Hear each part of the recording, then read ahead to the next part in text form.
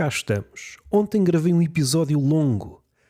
Nos moldes deste podcast, 17 minutos, estava eu todo contente a expor o que é que havia de fazer esta semana, que esta semana, caso corra bem, será uma semana onde eu vou mostrar muita coisa, podcasts, o episódio 700, um episódio com o Carlos Moura do Tertúlia de Mentirosos e o regresso de outro podcast, a explicar a constelação dos podcasts, que, bem vistas as coisas, não faz sentido e ainda bem que não ficou disponível para os vossos ouvidos sagrados.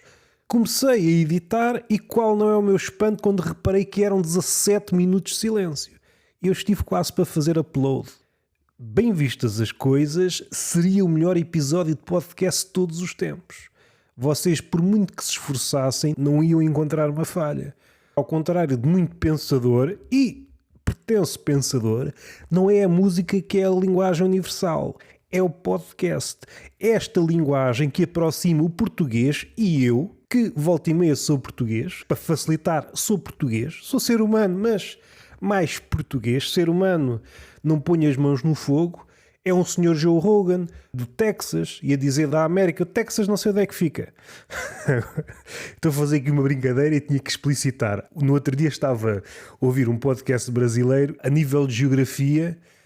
Tive quase para mandar aquilo a uma professora de geografia. Vejam bem como é que está o estado do ensino no Brasil. Esquecendo isso, o podcast é uma linguagem universal. Estamos todos a falar na língua da estupidez. Sou irmão do Joe Rogan, sou irmão de qualquer pessoa que se lembre a fazer um podcast. O podcast mais não é que uma grande serenata cujo propósito é engatar em série. Descredibiliza o caráter singular do amor, sim, mas é a eficácia. Vivemos num mundo da eficácia. Esquecendo isso, já expus o meu coração, falhei, não consegui aproveitar porque era apenas silêncio e cá estamos. O que é que interessa? Vou falar de um tema que foi afagado durante a conversa com o Ricardo Araújo Pereira, que podem ouvir no Tertúlia de Mentirosos. Lá para o final da conversa, que estávamos a falar da concisão e como isso é uma característica que é muitas vezes assinalada na comédia, contrapus com um exemplo que está no outro lado do espectro, o livro do Stern, A Vida e as Opiniões de Tristram Shandy. Criámos um sistema mais amplo, apesar de não danificar, digamos, a forma inicial. Creio que continua a haver mais exemplos de concisão do que o contrário, só que não chegámos aqui a um ponto em que se calhar já pertence às terras Floresta Virgem, que ainda não foi palmeada, ou poucas vezes palmeada, dado que não há documentos, não sabemos. Podem ter havido expedições, mas se calhar não regressaram. A razão pela qual isto acontece, porque é que há pessoas mais predispostas para a concisão e outras pessoas mais predispostas para a copiosidade, para a extensão, para transbordar de um reduto diminuto. Ora, eu vou aventar a hipótese, desculpem-me a ousadia, eu creio que tem muito que ver com o tema talvez central da conversa com o Ricardo Araújo Pereira. É a nossa relação com a verdade.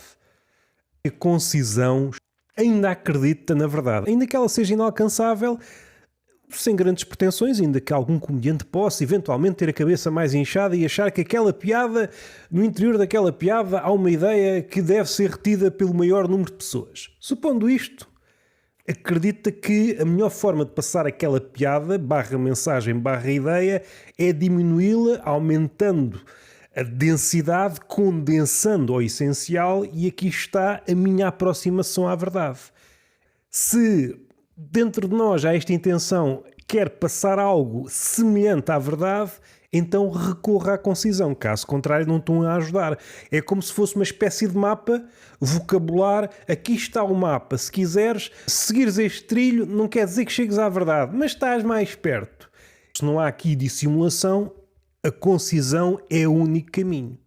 Do outro lado, a copiosidade é própria de alguém que nem sequer acredita na verdade. Ora, se não há nada de verdadeiro aonde nos devemos dirigir, não há nenhuma Ítaca, não há ninguém à nossa espera, não há nenhuma verdade que espera por nós que desmascare isto tudo, não há problema nenhum de ser copioso. Porque eu nunca vou chegar à verdade.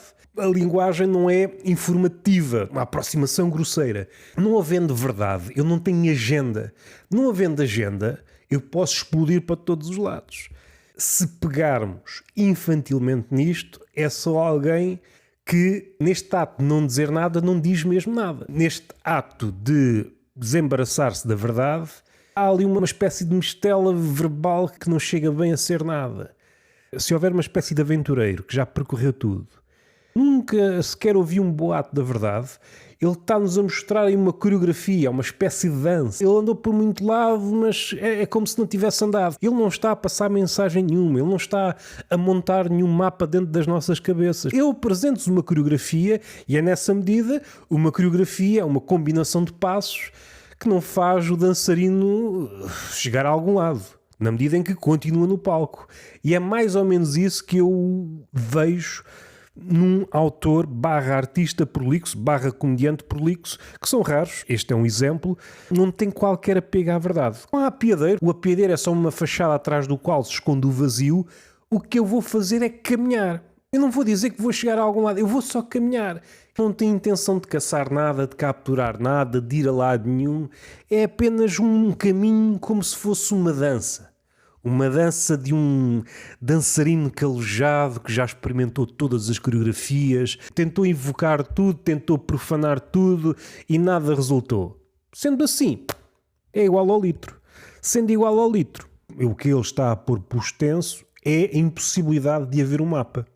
Fui demasiado prolixo nesta ideia da copiosidade. Calha bem. Até ao próximo apiadeiro.